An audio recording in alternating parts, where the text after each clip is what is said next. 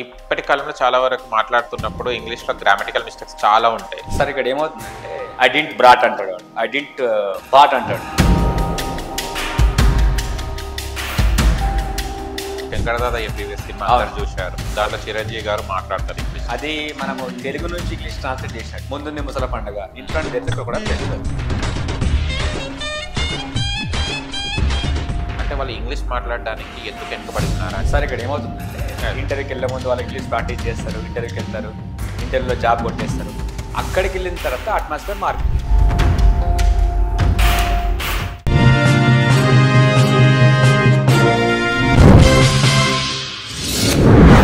ఇప్పటి కాలంలో చాలా వరకు మాట్లాడుతున్నప్పుడు ఇంగ్లీష్లో గ్రామటికల్ మిస్టేక్స్ చాలా ఉంటాయి. బట్ వాడు ఏమనుకుంటారంటే నా బెస్ట్ ఇంగ్లీష్ నేను మాట్లాడుతున్నాను, నేను బెస్ట్ ఇంగ్లీష్ అని చెప్పుకుంటుంటారు.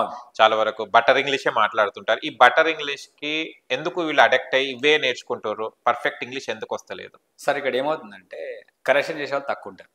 ఇప్పుడు నేను మిమ్మల్ని కరెక్షన్ చేశాను, మీరు ఫీల్ అవుతారు. సో మనకేంటంటే మనం ఇది తప్పలేదు, మీరు మాట్లాడుతున్నారు, అది బ్రోకన్ ఇంగ్లీష్ మాట్లాడుతున్నారు. For example I didn't vent అన్నారు, డిడ్ కేమ్ అన్నారు, రైట్? ఐ డింట్ బ్రాట్ అంటాడు వాడు, ఐ డింట్ బాట్ అంటాడు.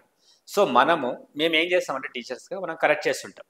కరెక్ట్ చేయకపోతే అప్పుడు ఏమవుతుందంటే, ఇప్పుడు మాట్లాడదు ఓకే, ప్రస్తుతానికి మీరు మాట్లాడుతున్నా లాంగ్ రన్లో మీరు ఖచ్చితంగా నేర్చుకోవాల్సిందే కదా. వాళ్ళని కరెక్ట్ చేయలేదు అనుకోండి, మనకు మార్క్స్ తగ్గిపోతాయి. రాను ఏమైతే ఇప్పుడు మీరు ఒక రేంజ్లో ఉన్నారు, మీరు ఒక మేనేజర్, అసిస్టెంట్ మేనేజర్ కేటగిరీలో ఉన్నారు, మీరు టైప్ చేస్తున్నారు, మెయిల్స్ పెడుతున్నారు. మరి మీకు రేపు ప్రమోషన్ రాదు కదా. రీసెంట్లీ ఒక అతను జాయిన్ అయ్యాడు నా దగ్గర. అతను అసిస్టెంట్ మేనేజర్ లాగా ఉన్నాడు. వాళ్ళ మేనేజర్ అతనికి టూర్స్ తీసుకెళ్ళట్లేదు, ప్లస్ ఏంటంటే ప్రమోషన్ ఇవ్వట్లేదు, ఇంక్రిమెంట్ ఇవ్వట్లేదు. ఇంగ్లీష్ అప్పుడు లాస్ కదా మనకు. మీకు అతనికి పీజీ ఉంది, కానీ ఇంగ్లీష్ వల్ల అతనికి ఇంక్రిమెంట్ రావట్లేదు, టూర్స్కి వెళ్ళలేకపోతున్నాడు, ప్రమోషన్ రావట్లేదు. మరి అవసరమే కదా సార్. ఇప్పుడు మనం నేర్చుకోవాల్సిందే కదా, అంటే మాట్లాడాల్సిందే, రాయాల్సిందే. మెయిల్స్ పెడుతున్నాం, మనం రాంగ్ మెయిల్ పెట్టాం ఫర్ ఎగ్జాంపుల్, అప్పుడు కంపెనీ క్లాస్ కదా. అవును, కంపెనీ క్లాసు, పర్సనల్గా మీ క్లాసు. అతను మేనేజర్ చెక్ చేస్తాడు, బాబా నీకు ఇంగ్లీష్ రావట్లేదు, నీకు ప్రమోషన్ రాదు, ఇంక్రిమెంట్ రాదు అంటాడు. మన లెవెల్ అక్కడ ఆగిపోతుంది అంతే. ఇప్పుడు అవసరం కదా సార్ అది. తెలుగు అంటే మనం రాసేసాం, తెలుగు భాష కాబట్టి మనకు వచ్చు కాబట్టి మనం రాసాం. కానీ ఇప్పుడు తెలుగు మీ సిస్టంలో కనిపించదు కదా. So you have to, okay, it's must. Okay sir, చాలా వరకు ఇంగ్లీష్ ఒక భాష మాత్రమే, లాంగ్వేజ్ మాత్రమే, కానీ మాట్లాడడం అంత గొప్ప ఏముంది అంటుంటారు. దీన్ని మీరు ఏమంటారు యాజ్ స్పోకెన్ టీచర్? ఇంగ్లీష్ అనేది భాష మాత్రమే, నేను కూడా ఒప్పుకుంటాను అది, కానీ అంత ఈజీగా రాదు కదా. ఇప్పుడు ఎందుకు అది గొప్ప అంటే, ఇప్పుడు మనకు ఉర్దూ ఉంది, హిందీ ఉంది, కన్నడ ఉంది, తెలుగు ఉంది, తమిళ్ ఉంది. అది మన స్టేట్ వరకే పనిచేస్తుంది. సో మనకేమైపోతుందంటే, ఇప్పుడు చూడండి, మనం హైటెక్ సిటీలో ఉన్నాం, మనం సిటీలో ఉన్నాం. సో ఆల్మోస్ట్ మైక్రోసాఫ్ట్ ఉంది, గూగుల్ ఉంది, ఎన్నో కంపెనీస్ వచ్చాయి. సో ఏది మాట్లాడినా సరే, మనం ఏది కమ్యూనికేట్ చేసినా సరే ఇంగ్లీష్లో కమ్యూనికేట్ చేయాలి. అదే నేను తెలుగులో మాట్లాడితే ఒప్పుకోరు కదా వాళ్ళు. అప్పుడు మీ తెలుగులో మనం ఆటో కాదు కదా, మనం ఆటోలో వెళ్తున్నామా తెలుగులో మాట్లాడతాను, పోనీ నేను హైదరాబాద్ కాబట్టి నేను హిందీలో మాట్లాడతాను, ఉర్దూలో మాట్లాడి మేనేజ్ చేస్తానంటే కాదు. అది మన కెరీర్ గ్రాఫ్ పైకి వెళ్ళాలంటే మీరు ఇంగ్లీష్ మాట్లాడాల్సిందే. అది స్టేటసే, అది చెప్పాలంటే ఇంగ్లీష్ మాట్లాడడం స్టేటసే. ఎందుకంటే ఆఫీసర్సే మాట్లాడతారు కదా, అది మనకు కన్వే చేయాలి కదా. ఇప్పుడు నార్మల్ పీపుల్తో మీరు మాట్లాడుతున్నారు, మీరు ఒక అడ్డా పైకి వెళ్ళారు, మేసీతో మాట్లాడితే ఇంగ్లీష్ అవసరం లేదు అక్కడ. కానీ మీరు ఆఫీస్కి వెళ్ళాలి. మనం ఎడ్యుకేటెడ్స్ అందరూ చదువుకుంటున్నారు, ఇప్పుడు ప్రతి ఒక్కరు చదువుకుంటున్నారు, ప్రతి ఒక్కరు ఒక బిజినెస్ స్టార్ట్ చేస్తున్నారు. అది వాళ్ళు ఒక హౌస్ వైఫ్స్ కానీ ఎవరు కానీ ఒక బిజినెస్ స్టార్ట్ చేస్తున్నారు. ఆ బిజినెస్ని వాళ్ళు ప్రమోట్ చేసుకోవాలంటే వాళ్ళు ఇంగ్లీష్లో పెట్టాలి కదా, అంటే రాయాలి కనీసం ఏదో ఒకటి. వాళ్ళు ఇంగ్లీష్లో కంపల్సరీగా మెయిల్ పెట్టాలి, మెయిల్ రిసీవ్ చేసుకోవాలి, ఏదైనా రిపోర్ట్ రాయాలి అంటే ఇంగ్లీష్ అవసరం కదా. పోనీ మీరు కన్వే చేయాలి, మీ మెసేజ్ మీరు కన్వే చేయాలి, వాట్సాప్లో కన్వే చేయాలి, రైట్? పోనీ ఎక్స్ప్రెస్ చేయాలి, ఇంటర్వ్యూకి వెళ్ళాలి, ఇంటర్వ్యూ తీసుకోవాలి. మీరు ఒక ఆఫీస్, మీరు ఒక అనుకున్నారు, మీరు ఒక ఓనర్, మీరు డబ్బులు బాగున్నాయి, ఒక కంపెనీ స్టార్ట్ చేశారు మీరు. సో మీరు వాళ్ళని హైర్ చేసుకోవడం మన ఇంగ్లీష్ రావాల్సిందే కదా సార్. మీకు రావాల్సిందే, మీ దగ్గర జాయిన్ అయ్యే వాళ్ళకి కూడా రావాల్సిందే.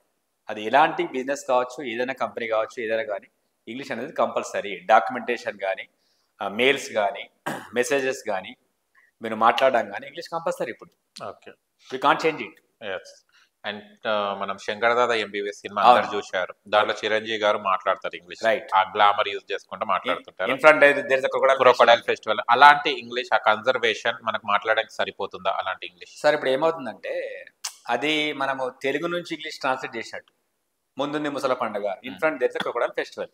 కానీ యాక్చువల్లీ ఏంటది, దాని మీనింగ్ ఏంటంటే the worst is yet to come. అంటే ఇంకా రాబోతుంది.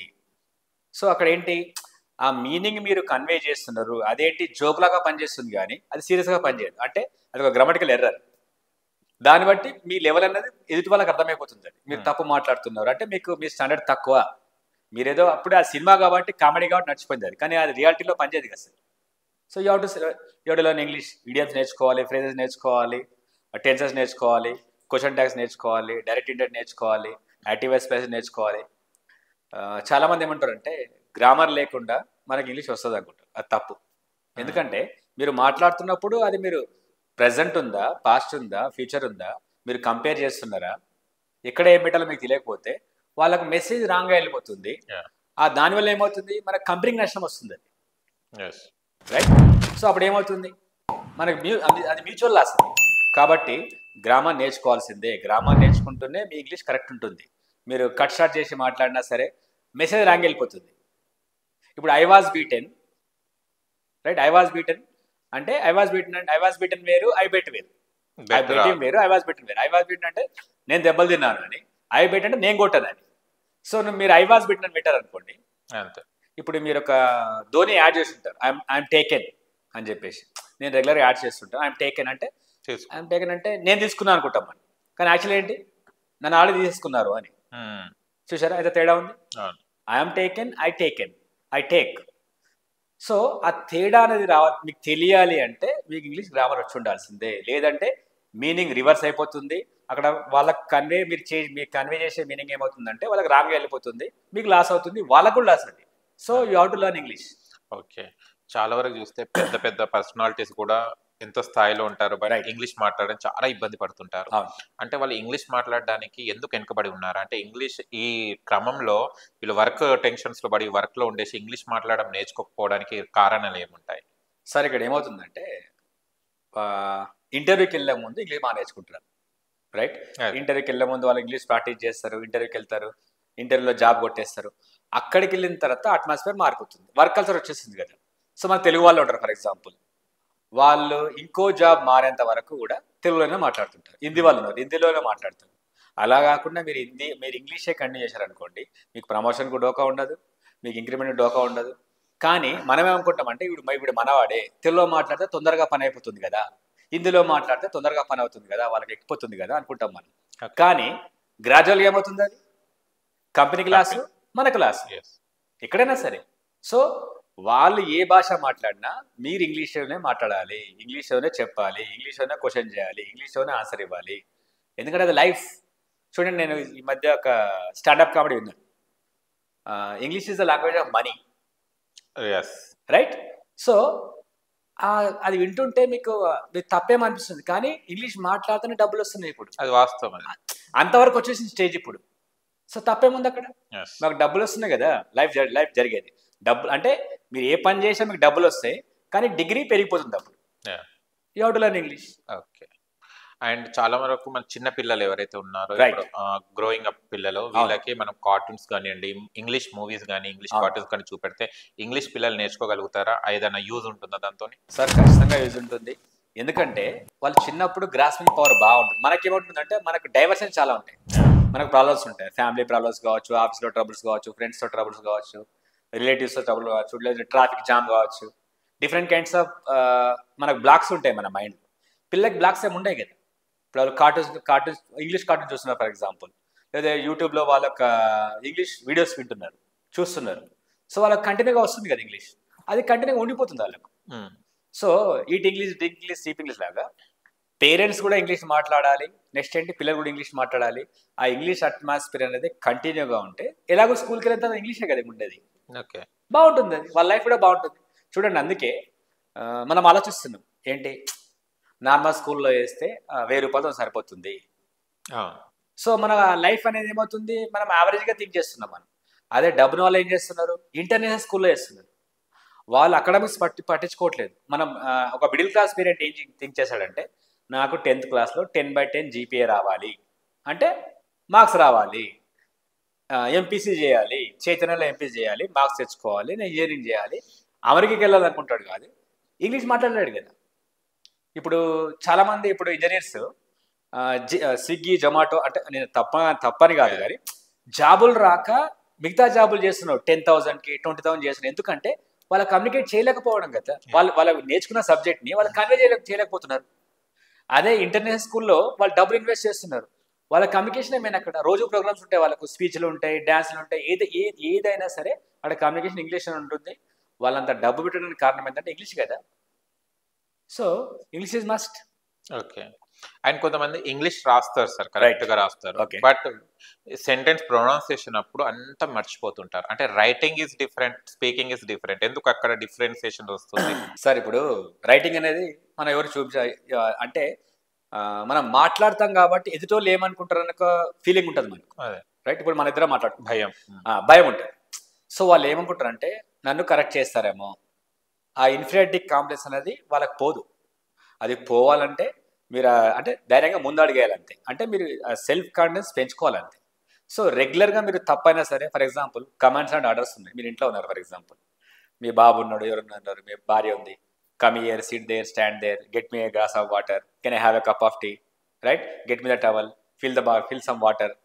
సో ఇలా చిన్న చిన్న పదాలు మీరు రెగ్యులర్గా మాట్లాడుతుంటే అది స్టార్టింగ్ స్టేజ్. తర్వాత ఏంటి, అట్లా పెంచుకుంటూ వెళ్తుండాలి మీరు. సో మీరు అంతేగాని నేను మాట్లాడను, టవల్ తీసుకురా, టీ తీసుకురా అనుకుంటే ఏముంటుంది? ఇంకా సేమ్ కదా, it continues, we can't stop it. Okay, you have to continue.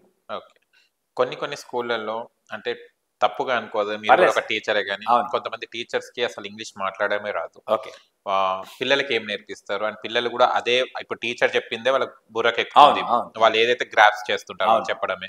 అలాంటి తప్పు జరిగినప్పుడు పిల్లలకు కూడా ఇబ్బంది జరుగుతుంది కదా, దీనికి మీరు ఇంగ్లీష్ టీచర్ గా ఏమంటారు? సార్ ఇప్పుడు ఏమనుకుంటే కొంతమంది టీచర్ల భావన ఎలా ఉంటుందంటే, ఇప్పుడు నేను మ్యాథ్స్, మనం తెలుగు వాళ్ళం కాబట్టి నేను చెప్తున్నాను, వీనికి స్కోర్ రావాలి అంటే వానికి తెలుగులో చెప్తేనే అర్థమవుతుందనే కాన్సెప్ట్లో వాళ్ళు తెలుగు దిగిపోతుంటారు, వాళ్ళకి ఇంగ్లీష్ వస్తుంది.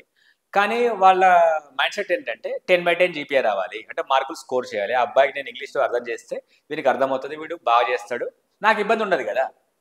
పేరెంట్స్ అడిగేది మార్కులే కదా అనుకొని వాళ్ళు తెలుగులో దిగి వాళ్ళు చెప్తుంటారు. కానీ వాళ్ళు అర్థం చేసుకునే పాయింట్ ఏంటంటే వాడు ఆల్రెడీ ఇంగ్లీష్ మీడియం, ఇప్పుడు అంతా ఇంగ్లీష్ మీడియం కదా. ఇప్పుడు మీరు ఎక్కడికి వెళ్ళారు sir, English medium, government school కూడా ఇంగ్లీష్ మీడియం కూడా మార్చేస్తున్నారు అవి. సో వాడు నర్సరీ ఆన్వర్డ్స్ ఇంగ్లీష్లో ఉంటాడు, మనం తెలుగులో ఎక్స్ప్లెయిన్ చేసిన పని ఉండదు దానికి. సో టీచర్ మైండ్ సెట్ మార్చేసుకొని ఆమె ఇంగ్లీష్లో ఎక్స్ప్లెయిన్ చేస్తుంటే వాడు ఫాలో అవుతాడు అంతే. మనం మారాలంతే, సింపుల్. 2 రోజులు ఇబ్బంది పడతాడు, తర్వాత పడతాడు, వానికి అవసరం కదా సార్. అవును, వాడు నేర్చుకోవాల్సిందే కదా, వానికి అర్థమవుతుంది. ఎందుకు అర్థం కాదు? వాడు since nursery onwards he has been in the same school, వానికి వచ్చి ఇంగ్లీష్. మన తప్పది. సో మన మైండ్ సెట్ మార్చాలంటే టీచర్ల మైండ్ సెట్ మార్చుకొని వాళ్ళు ఇంగ్లీష్లోనే ఎక్స్ప్లెయిన్ చేయాలి. ఏ సమ్ అయినా సరే, అది బయాలజీ అయినా సరే, అది ఫిజిక్స్ అయినా సరే, ఇంగ్లీష్లో ఎక్స్ప్లెయిన్ చేస్తేనే బాగుంటుంది అది. ఓకే, అప్పుడే మనం వాళ్ళకి న్యాయం చేసినట్టు.